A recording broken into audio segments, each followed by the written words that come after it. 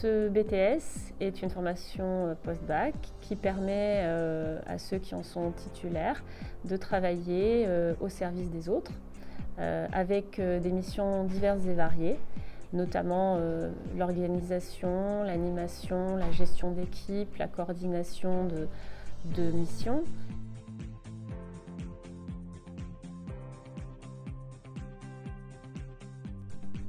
Donc cette formation BTS se déroule sur 2 années.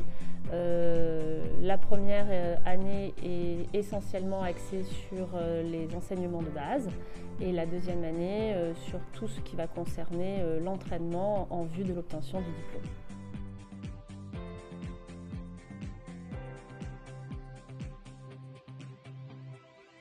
Ce BTS est accessible via Parcoursup. Et il est accessible à l'intégralité des bacs professionnels et des bacs généraux. Et une fois que le dossier Parcoursup a été retenu, il y a un entretien qui se passe ici et ensuite l'admission se fait ou pas.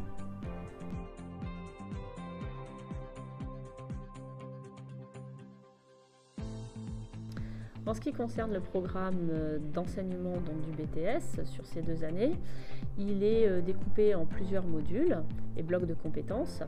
Et par conséquent, on a d'abord des blocs de compétences professionnelles avec des matières telles que l'institution et réseau, telles que public.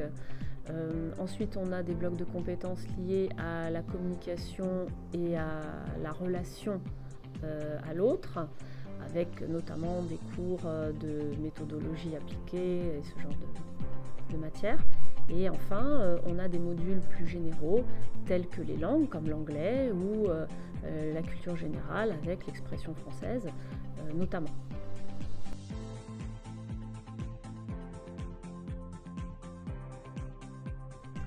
Donc ce BTS est en alternance. Cette alternance s'établit de la façon suivante: 2 jours en centre de formation, le reste du temps dans l'entreprise d'accueil.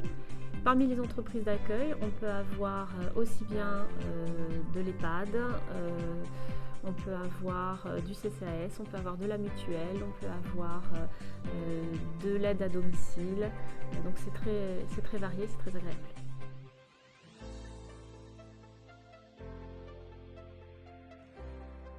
Les avantages de l'alternance sont professionnels puisqu'on acquit de l'expérience professionnelle pendant notre formation.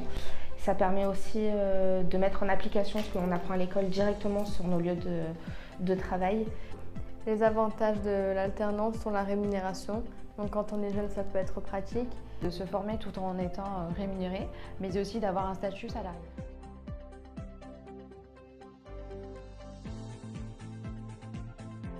Les inconvénients de la formation en alternance, c'est principalement l'organisation, le fait de combiner la vie personnelle, la vie à l'école et puis la vie au travail. C'est le rythme intense, de pouvoir gérer entre le travail et les devoirs demandés. Ça demande énormément de travail et d'être ponctuel, que ce soit au niveau de l'entreprise ou à l'école.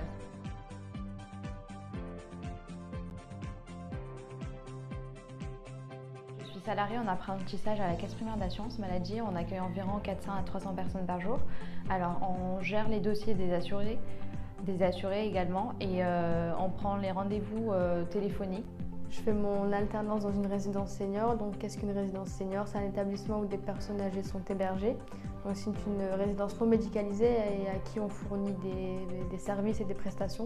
Je travaille dans un hôpital de jour en réadaptation nutritionnelle qui accueille des patients souffrant de pathologies telles que le diabète ou l'obésité. Je travaille dans une association dénommée Trisomie 21 Alpes-Maritimes, association qui aide les personnes porteuses de trisomie 21 à s'intégrer dans la société. Je travaille actuellement dans un service d'aide et d'accompagnement à domicile dont la mission principale est de maintenir les personnes dépendantes à leur domicile.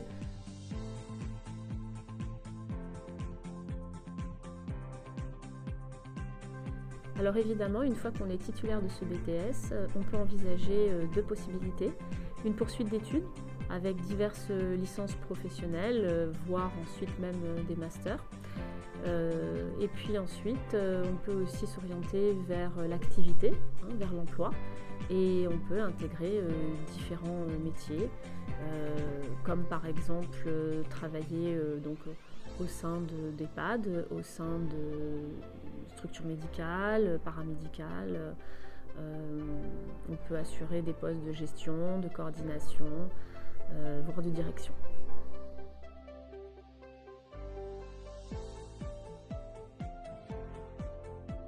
Si je peux donner un conseil pratique de se prendre à l'avance pour trouver un employeur, on penserait que la période est assez longue et que ça nous laisse du temps, mais ça passe très vite.